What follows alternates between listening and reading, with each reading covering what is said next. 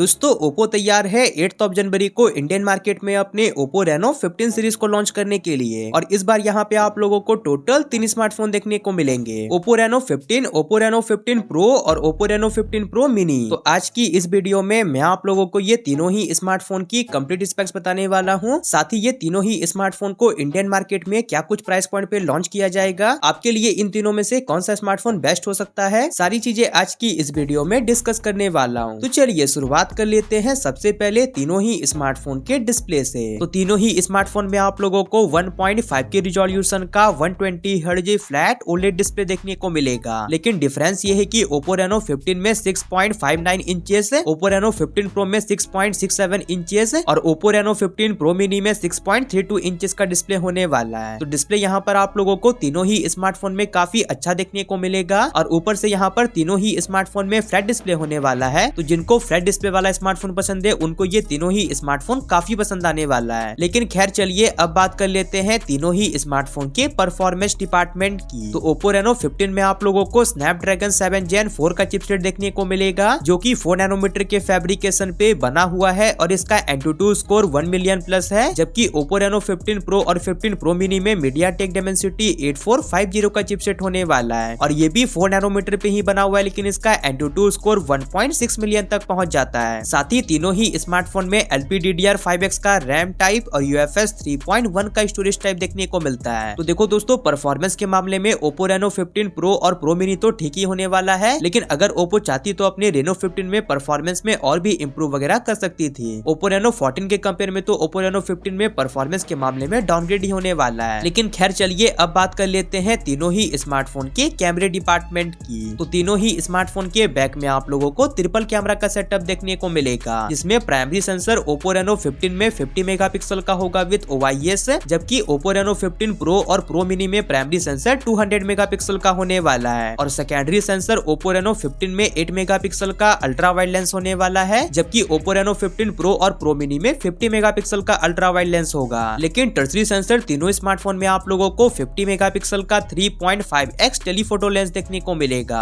और फ्रंट की बात करें तो फ्रंट में तीनों ही स्मार्टफोन में 50 मेगापिक्सल का सेल्फी कैमरा होगा। तो कैमरास वगैरह यहाँ पर आप लोगों को तीनों ही स्मार्टफोन में ठीक ही देखने को मिलेंगे। कैमरास के मामले में ये स्मार्टफोन्स आप लोगों को बिल्कुल भी डिसअपॉइंट नहीं करने वाला है। साथ ही जब ये स्मार्टफोन को इंडियन मार्केट में लॉन्च किया जाएगा तो out of the box Android 16 देखने को मिलेगा, जो कि कलर OS 16 पे रन करेगा और एटलीस्ट यहाँ पर 3+4 ईयर का तो अपडेट पॉलिसी देखने को मिलना ही चाहिए। साथ ही बात करें अब ये तीनों ही स्मार्टफोन के बैटरी डिपार्टमेंट की, तो ओप्पो रेनो 15 और 15 प्रो में आप लोगों को 6500 mAh की बैटरी देखने को मिलेगी, जबकि ओप्पो रेनो 15 प्रो मिनी में 6200 mAh की बैटरी होने वाली है। और चार्जिंग की बात करें तो तीनों ही स्मार्टफोन 80 वाट की वायर्ड चार्जिंग को सपोर्ट करेगा, लेकिन ओप्पो रेनो 15 प्रो में आप लोगों को एडिशनल में 50 वाट की वायरलेस चार्जिंग का भी सपोर्ट देखने को मिलेगा। और हाँ, 80 वाट का अडेप्टर आप लोगों को तीनों स्मार्टफोन के बॉक्स में प्रोवाइड करवाया जाएगा। तो हाँ, बैटरी और चार्जिंग के मामले में तीनों ही स्मार्टफोन काफी अच्छा होगा। साथ ही अब बात करें ये तीनों ही स्मार्टफोन के अदर फीचर्स की, तो तीनों ही स्मार्टफोन में आप लोगों को इन डिस्प्ले फिंगरप्रिंट स्कैनर का सपोर्ट देखने को मिलेगा